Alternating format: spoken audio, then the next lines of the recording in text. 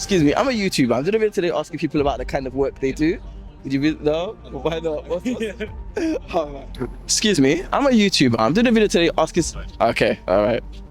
Sometimes they're on the phone, sometimes they listen to music, sometimes they're not, and they just have earphones in. You just have to try your luck. That's what I did. So what do you do for a living? I'm a lawyer. Okay. What kind of salary range does that pay? 100,000 for a start. What do you do for work? I'm a lawyer. What's the salary range for someone at your level? Someone at my level, the salary range, depending on the law firm, it's usually around 350,000 naira to about 500, 600,000, depending on your law firm. Jason, what do you do, Jason? I sell things, You sell things. Yeah. What kind of things do you sell? cameras. And how much were you kind of earning when you first started? Oh, about £10 a week. And what's your salary range now? About £20 a week. On a serious note, what is it? My bad.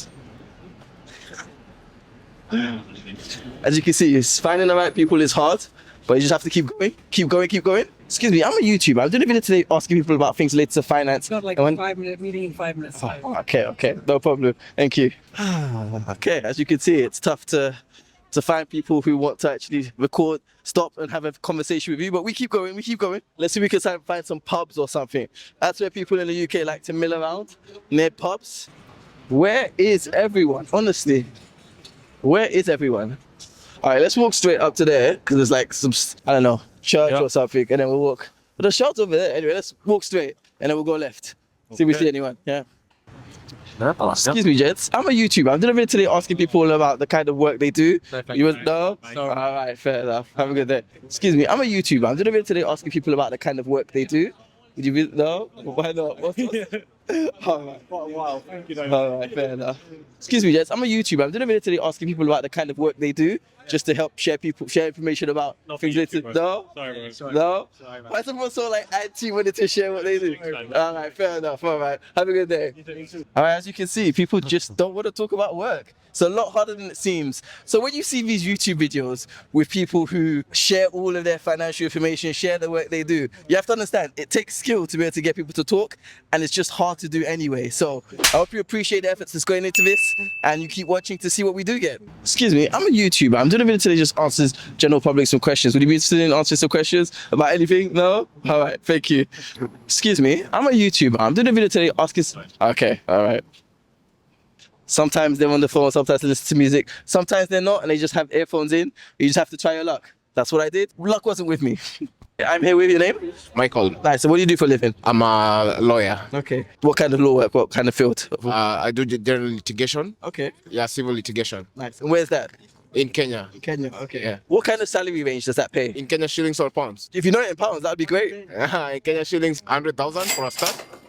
But in pounds, I would say something like 450 pounds per month. Yeah. Okay. And what's the maximum that you could get to? Maximum. You can't say a maximum because different lawyers get a lot of money. It depends with the client you have and the kind of job you have. Okay. And how did you get into that? I would say it's just a course that I've started. I followed since after high school. I went to the university, did my undergrad in law. And then after that, for me to practice, I have to go to Kenya School of Law and stuff. And does your salary cover or is it enough for you to live the life that you want in Kenya? In Kenya, I would say no. No? No, very, very, very small. I would not advise anyone to go into law if you're a first generation lawyer. That means you don't have a family member or someone else who is guiding you into the legal space. Okay. It's very difficult for you to manage. How did you manage to guide yourself into that space? I not manage. That's why I'm here.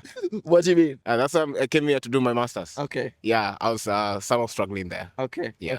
Okay. And do you think how will your masters impact your career? My master's, as for now, I would say it's placing me on a different level. I'm able to network. I'm able to meet people with different minds in different legal spaces. And they have been able to connect me with some of, let's say, companies that are willing to give me internships. And I think next year, during summer, I'll be able to start my internship, courtesy of the today's trip. Okay. And I'll be here in the UK? Yeah, in the UK. Okay. So you want to work here instead? Not really.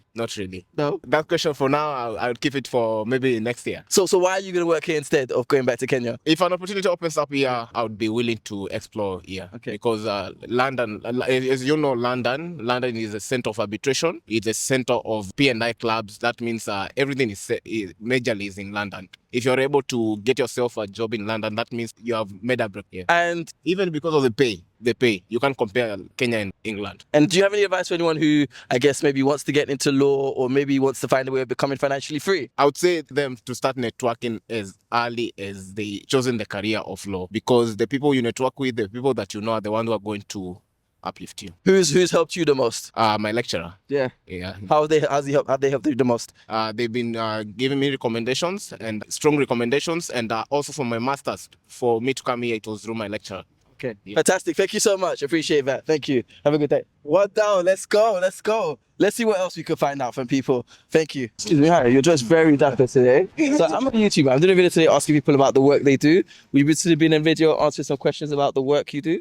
Yeah. Yeah. All right. Great. I'm here with your name. Hello, good day. I'm Emmanuel. What do you do for work? I'm a lawyer. You're a lawyer. Okay, so we had a lawyer today already. Where do you work? Currently, I'm on professional break. Okay. I'm a student right now in Swansea University. We came here for an academic trip Okay. to meet the P&I group. Okay. And where do you work normally? When you are working? Yeah, Nigeria, yes. Okay. What's the salary? Yeah, in your salary range for someone at your level? Someone at my level, the salary range, depending on the law firm, it's usually around 350,000 naira to about 500, 600,000, depending on your law firm, And that's per month or per year? per month. Per month. What's that in pounds? Do you know? Divided by 2,100. Alright, I'll put the conversion. Vision Alright. myself. And what's the, I guess, maximum you can make as a lawyer? Something about being a lawyer is that you can be multifaceted. You don't necessarily need to constrain your work to a law firm. So you can do different independent contractor projects and get some good money outside of what you do in the law firm. So it's a diverse field that you can explore, dependent on your specialty or your interest, as long as you do things in the best practice. Okay. Yeah. What made you decide on law? Since when I was young, I've always had the interest in advocating for people or anything that has to do with fundamental human rights. And I've grown up with that idea of it's always very good to ensure there's equity in the things people do. I've always seen myself being in leadership positions and ensuring that things have been done just and all of that, and using Christ as an example. I'm a Christian. The Bible makes us understand that he's the advocate. He's an advocate. So that's that pattern. I knew that it's okay. That's something I'm most likely called into. Okay. So we had somebody else who's a lawyer, and they said one thing that they would have recommend is that you shouldn't being a first generation lawyer is really hard. Are you a first generation lawyer, or are there other people in your family that kind of maybe supported you or helped you get to where you are as a lawyer? Yeah, I'm a first generation. I'm the first lawyer in my family. So my parents did encourage me. They realized that I've always, when we say A for apple, B for ball, when it goes to L, I always say lawyer. So they did encourage me that since this is the passion I have, I can boost forward it. So I was called to the Nigerian bar in 2024. So I'm practicing. So I'm currently on a professional break to further my studies, my master's in legal tech and commercial law. So it's a very passionate interest that my family has been supporting me in. What do your parents do? My dad is an entrepreneur, international businessman. He's also a security practitioner. My mom also, she's an entrepreneur, a business lady. So they are in very diverse fields and doing very well. All right, so you've got some kind of like upbringing in entrepreneurship. Do you have any advice on, I guess, making money, getting to a point of financial freedom? Okay, when it comes to that, just make sure you do things legitimately. Make sure you do things legitimately. And I, as a Christian, I would say make sure you put God first, because I believe that there is someone who is building the entire framework of the universe. So when you put God first, everything would come into play, as long as you are not being a fanatic to the extent that everything is just God, God, God. The Bible says faith without works is dead. So in as much as you have the faith to push in any of your endeavor, ensure you put in the works, exude excellence in what you do, read up, practicalize, and don't be afraid to fail. Failure can actually be one of the starting points to greater levels of success. So that's one thing I would advise people to do. Nice, fantastic. And so you talked about your salary range. Do you think that's enough to survive in Nigeria with the amount of money that you make as a lawyer at the moment? I would say dependent on where you are living or dependent on the lifestyle you want to have on a long-term basis. If you want to aim higher, choose to earn higher. Okay. And any final words of advice for success or just finance in general? Put God first. God will keep lifting you as long as the whole of your being is submitted to Him. And always seek for greater level of knowledge, because without knowledge, you're basically what people consider a fool. Okay, fantastic. Thank you so much. I appreciate that. Thank you. Bye. That was good. But yeah, that's insightful. Let's see who else we can get. I think you can see how important it is to have faith as a center of your life for some people. And yeah, just go from there. All right, I'm here with your name. Jason, Jason, what do you do, Jason? I sell things, You sell things. What Yeah. kind of things do you sell? cameras. Cameras. And how did you get into that? That is a very good question. I got into it by working in a camera shop. Working in a camera shop. Yes. All right. And how much were you kind of earning when you first started? Oh, about £10 a week. £10 a week. Yeah, All right. And what's your salary range now? about £20 a week. On a serious note, what is it? It's less than 100 grand a year Okay. and more than 10 grand a year. Okay, fair enough.